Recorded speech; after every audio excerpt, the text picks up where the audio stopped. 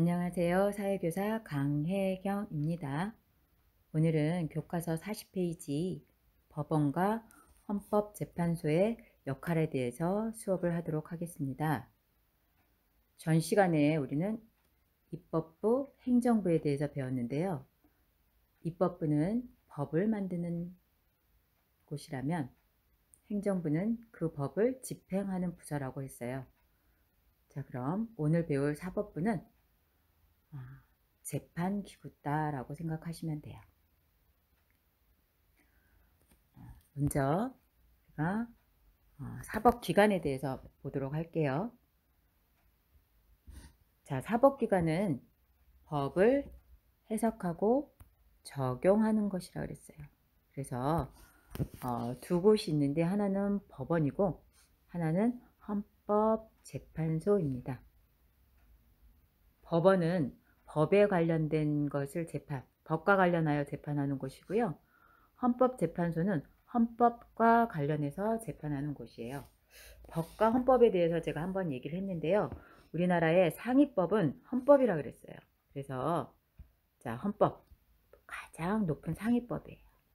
헌법에 의해서 여러분 법이 만들어지고 그 법에 의해서 여러분 대통령의 명령, 그 다음에 규칙, 조례가 만들어집니다. 조례는 지방법을 얘기하는 거예요. 자, 그래서 헌법이 바뀌면 여러분 모든 법이 다 바뀌어야 돼요. 법도 바뀌고 명령, 규칙, 그 다음에 조례도 바뀌어야 되기 때문에 헌법은 아주 중요한 거죠. 그래서 헌법과 관련된 것은 헌법재판소, 법과 관련된 것은 법원에 가서 우리가 재판을 받는다라는 걸 알 수 있는데요. 교과서를 볼게요. 교과서에 보시면 여러분 법원과 헌법재판소의 역할, 그래서 1번 나오는데요. 법원과 헌법재판소는 제목 보세요. 국민의 권리를 보호하는 사법기관이다 그랬어요. 여러분 항상 제목에 모든 것이 다 포함되어 있기 때문에 여러분이 본문을 바로 읽는 것보다 제목을 3번 정도 읽어보면 본문에 어떤 내용이 들어있구나 라고 알 수 있거든요. 보세요. 자, 법원과 헌법재판소는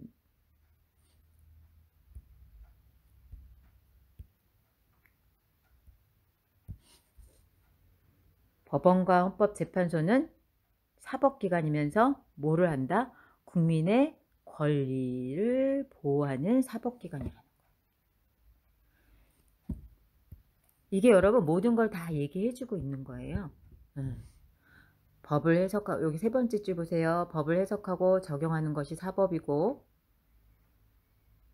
그 다음에 법원과 헌법재판소가 있고, 맨 밑에 줄 보세요. 이곳은 국민의 기본것을 보장하는 곳이에요. 자, 맨 밑에 보시면 여러분 그림에 대법원이 나온 거예요. 자, 다음 장 보시면 그럼 먼저 법원에 대해서 설명을 하도록 할게요. 우리는 법률에 따라 여러분 3심제를 하고 있어요. 3심제. 3번 심의한다. 왜 3번 재판을 받을 수 있게 했냐면 억울하게 처벌받지 않기 위해서예요. 이미 3심제는 여러분이 역사 시간에 배우셨을 거예요. 조선시대 때 보면은 경국대전이라는 법전이 있는데 1485년에 만들어진 법전인데 거기도 이미 3심제를 사용하고 있었다는 걸 알 수 있어요. 그만큼 법은 중요하다라는 얘기죠. 뭐를 하기 위해서? 국민의 기본권을 보장해 주기 위해서. 그래서 먼저 1심을 합니다. 여기 필기가 좀 잘못됐는데요. 1심 처음 이제 심의를 하는 곳이 지방법원, 가정법원, 행정법원이 있어요. 여기를 1심이라 그래요. 우리가 가정법원은 가정과 관련된 가정 문제, 그 다음에 소년법상 소년에 관한 그 모든 그런 문제는 가정법원에서 1심을 받고요. 그 다음에 행정법원은 국가기관이 잘못한 것에 대해서 우리가 행정법원에 가서 소송을 할 수가 있어요. 그 외의 것은 모두 다 지방법원으로 가는 거예요. 자, 그래서 1심을 했어요. 근데 내가 너무 억울해요. 그러면 여러분이 항소할 수 있어요. 그게 2심이고 고등법원이에요. 자, 2심을 했는데도 불구하고 내가 또 너무 억울하게 당했어. 그러면 또 한 번 상고를 할 수가 있어요. 그게 대법원이에요.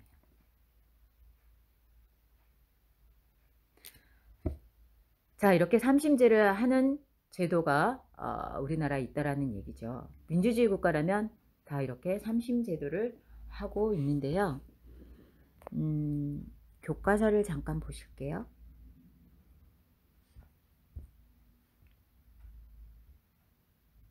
자, 법원은 어떻게 구성되어 있을까? 제목에 보시면 첫 번째 줄 대법원과 각급 법원으로 나누어져 있고요. 여러분 굵은 글씨만 보세요. 그 다음에 대법원장이 있고 대법관이 있고 이건 대법원에 있는 거고요. 각각 대법원장은 대통령이 임명하는데 국회의 동의를 얻어야 됩니다. 항상 얘기했지만 여러분 국회는 동의권이 있어요. 그래서 대통령을 견제할 수가 있죠. 대통령이 임명했지만 국회에서 동의하지 않으면 사실 임명하면 안 돼요. 그래서 우리가 청문회라는 게 있거든요. 동의를 얻기 위한 과정이에요. 자, 대법관은 대법원장이 추천하고요. 그 다음에 그것도 마찬가지로 국회의 동의를 얻어야 돼요. 우리가 입법부 배울 때 다 배웠던 내용이에요. 국회는 동의권이 있다. 그래서 대통령이 임명을 해요. 그리고 법원에는 고등법원, 지방법원이 있고 또 여러분 특허법원 얘기가 나왔어요.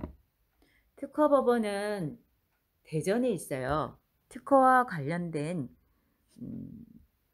문제에 대해서 하는 건데 이거는 1심이라는 것보다 그냥 2심이라고 얘기하는데 대전에서 한번 재판을 받고요. 그래도 해결이 안 됐을 때는 대법원으로 가는 거예요. 제가 교과서 보면서 다시 한번 설명을 해줄게요. 지금 교과서 자, 그림을 한번 오른쪽에 그림을 보도록 하겠습니다. 자, 1심하는 데가 가정법원, 지방법원, 행정법원이 있고요. 2심이 고등법원이면서 대전에 있는 특허법원이 있어요. 1심에서 2심은 항소고요. 2심에서 3심은 상고입니다. 그래서 이렇게 3심 제도를 한다라는 얘기고요. 여러분 그 밑에 탐구활동을 보시면 제가 답을 다 써놨는데 한번 짚어보도록 할게요. 자, 가번을 보시면 아버지께서 친구분에게 돈을 빌려줬어요. 그런데 이런저런 핑계 대면서 돈을 안 갖고 있어요. 그럴 때는 지방법원으로 가야지 돼요. 아까 우리가 1심은 지방법원, 가정법원, 행정법원 있다 그랬죠? 자, 나번 보세요. 나번 보시면 삼촌과 숙모가 요즘 사이가 안 좋아요. 이혼하신다고 하네요. 어디로 갈까요? 가정법원으로 가는 거예요. 그 다음에 다번을 보시면 언니가 이거 특별한 칫솔을 발명해서 특허를 받았는데 이런 유사한 거를 만들어서 다른 사람이 팔고 있어요. 그러면 대전에 있는 특허법원으로 가셔야 합니다. 그 다음에 라번 보시면 행정법원이라고 이제 적어놨죠. 예. 시장님께서 허가를 안 해주네요. 자, 국가기관의 잘못된 행정작용에 대해서는 여러분 행정법원으로 가야 되는 거예요. 그래서 우리가 이렇게 3심제에 대해서 봤습니다. 자, 그러면 이제 헌법재판소에 대해서 보도록 하겠는데요. 헌법재판소는 여러분 제가 말씀드렸듯이 헌법과 관련된 거를 재판하는 곳이에요. 헌법은 법원에서 할 수가 없어요. 법에 의해 되는 것은 법원에서 하지만 헌법에 대해서는 최고의 상위법인 헌법은 헌법재판소로 가셔야 됩니다. 자, 헌법재판소는 9명의 재판관으로 구성이 돼요. 대통령이 3명 뽑고 국회에서 3명, 대법원장이 3명을 뽑습니다. 그래서 9명의 재판관이 심의를 하는데요. 거기서는 이렇게 5가지 일을 합니다. 그 중에서 사실 제일 중요한 업무는 뭐냐면요. 위헌법률 심판, 그 다음에 헌법소원 심판이 가장 중요한 핵심 기능입니다. 헌법재판소에. 그러면 위헌법률 심판부터 제가 설명을 할게요. 위헌법률 심판은 여러분 법률이 헌법에 위배됐을 때 법원에 가서 할 수가 없죠. 법이 잘못된 거니까 이거는 헌법재판소에 가서 재판을 해야 되는 거예요. 이거는 법원이 이제 얘기를 하는 거예요. 법원에서 이거 보니까 법률이 헌법에 위반되었어요. 그러면은 이러한 심판을 9명 재판관이 해주는 거예요. 그 다음에 헌법소원 심판은 공권력이 기본권을 침해했을 때 우리가 헌법소원을 하는 건데요. 이건 국민이, 즉 여러분이 할 수 있는 거예요. 예를 들면 이런 케이스가 있었어요. 내가 집을 샀는데 이 일조권이 너무 좋아서 샀어요. 근데 앞에 국가기관에 무슨 건물이 들어섰어요. 그래서 내가 일조권이 침해당했어요. 그럼 저는 너무 억울하잖아요.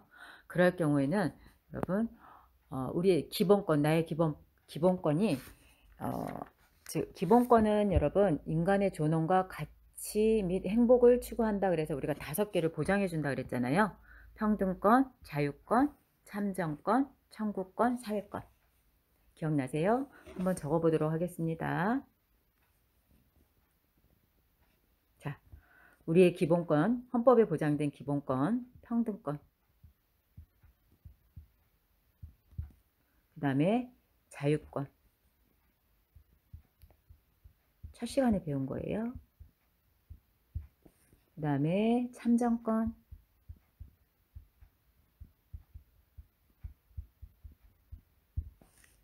그 다음에 청구권. 그 다음에 마지막으로 사회권. 이렇게 5가지 기본권. 여기에 위배됐을 때 여러분이 헌법소원 심판을 할 수 있어요. 아까 잠깐 얘기하다 말았는데 나 일조권이 없어졌어요. 그러면은 이제 헌법소원 심판을 해요. 그러면 9명의 재판관들이 그거에 대해서 심판을 하고 결정을 내립니다. 사례는 어떻게 나왔냐면 심판 결과는 어떻게 나왔냐면요. 배상을 해주라 그랬어요. 그래서 150만 원 정도 그때 배상을 받았다라는 걸 제가 알고 있습니다. 자, 그 다음에 정당 해산 심판. 자, 정당은 여러분 민주적 기본 질서에 위배됐을 때 정당 해산 심판을 하는 건데요. 이건 이제 정부가 할 수 있어요. 예전에 2014년에 통합진보당이라고 여러분 기억하세요? 이 통합진보당이 그 정당이 그 친북적인 그런 경향이 있어서 뭐 이거에 대해서 정부가 청구를 했어요. 이 정당은 불법이다라고 해서 했는데 결국은 정당이 잘못됐다라고 얘기해서 해산이 됐어요. 2014년에. 자, 그 다음에 여러분 탄핵 심판이라고 있죠. 고위공무원들에 대해서 탄핵 심판을 하는 건데요. 이 탄핵 심판은 여러분 국회의원들이 할 수 있는 건데요. 예전에 이제 노무현 전 대통령 탄핵이 있었죠. 근데 탄핵이 되지는 않았어요. 왜냐면 2004년에 기각이 됐는데 노무현 전 대통령이 대통령이 되기 전에 선거법을 위반한 선거 행위를 했다라고 했었는데 결국은 아니다라고 아니다라고가 아니라 기각이라는 거 아예 받아들여지지도 않았다라는 거죠. 그건 할 필요가 없다라는 얘기가 된 거예요. 그런데 이제 최근에는 박근혜 전 대통령이 2017년 결국은 3월 10일 날 파면당했어요. 이것도 탄핵 심판을 한 거죠.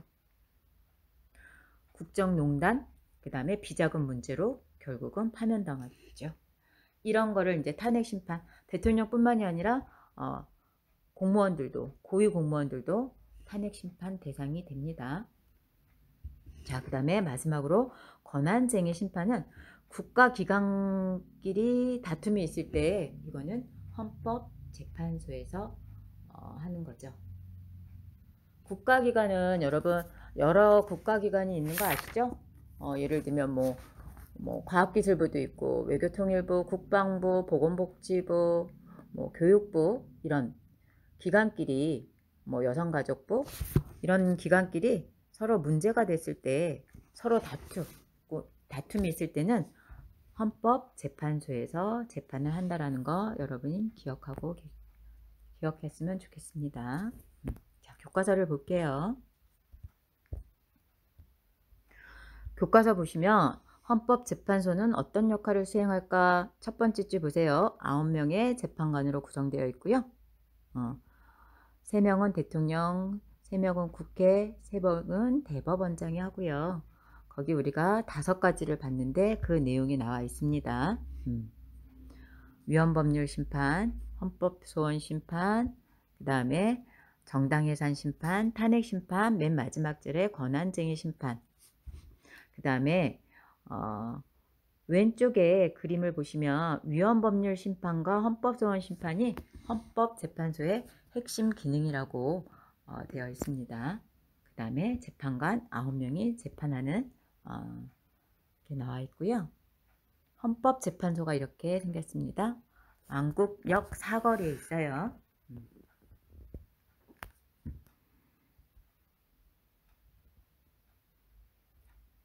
자, 그 다음 장 보시면 여러분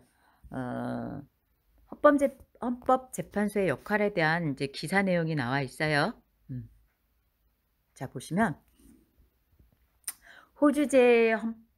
호주제가 헌법에서는 헌법에 불합치한다라는 결정을 내렸어요.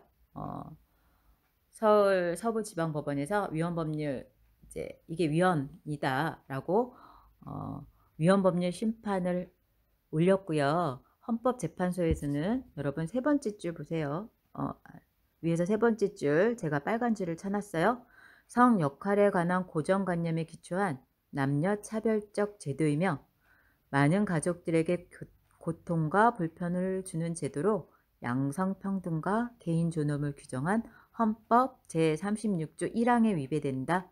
그래서 결국은 헌법에 불합치하니까 호주제가 결국은 폐지가 된 거고요. 자, 인터넷 실명제 헌법소원은 여러분이 할 수 있다 그랬어요. 인터넷 실명제를 하게 되면은 불법한 일이 없을 것이다 라고 해서 이거를 실시를 했는데 거기 4번째 줄 보세요. 인터넷 실명제 시행 이후 빨간 줄 친 거 보세요. 불법 게시물이 감소하지 않았고 오히려 이용자들이 해외 사이트로 도피했다는 점 등을 고려하면 공익이 이루어졌다 보기 어렵다라고 지적을 했어요. 그래서 심판을 청구했는데 위헌이라고 헌법에 위배된다고 결정이 냈어요. 어떤 점에? 첫 번째 줄 보세요. 표현의 자유를 침해한다라는. 그래서 이렇게 헌법재판소에서 하는 일을 우리가 봤고요. 여러분 제가 아까 설명을 잠깐 했는데요. 노무현 전 대통령 헌법 탄핵 심판을 했는데 기각이 됐다라는 거. 그 다음에 통합진보당 해산된 거. 그 다음에 박근혜 전 대통령은 결국 2017년 탄핵 심판에 의해서 탄핵됐다라는 걸 알 수 있어요. 자, 시간이 조금 남아서 여러분 콕콕 내용 확인을 하도록 할게요. 제가 답을 다 달았어요. 자, 법원은 최고 법원인 대법원과 각급 법원으로 조직되어 있다 그랬어요. 자, 법원은 3심제를 한다 그래서 지방법원, 그 다음에 고등법원, 그 다음에 대법원 이렇게 나누어진다라고 설명을 했어요. 그 다음에 헌법재판소에 대한 거 2번이 나왔나요? 헌법재판소는 법관의 자격을 가진 9명의 재판관으로 구성되어 있다. 생각나세요?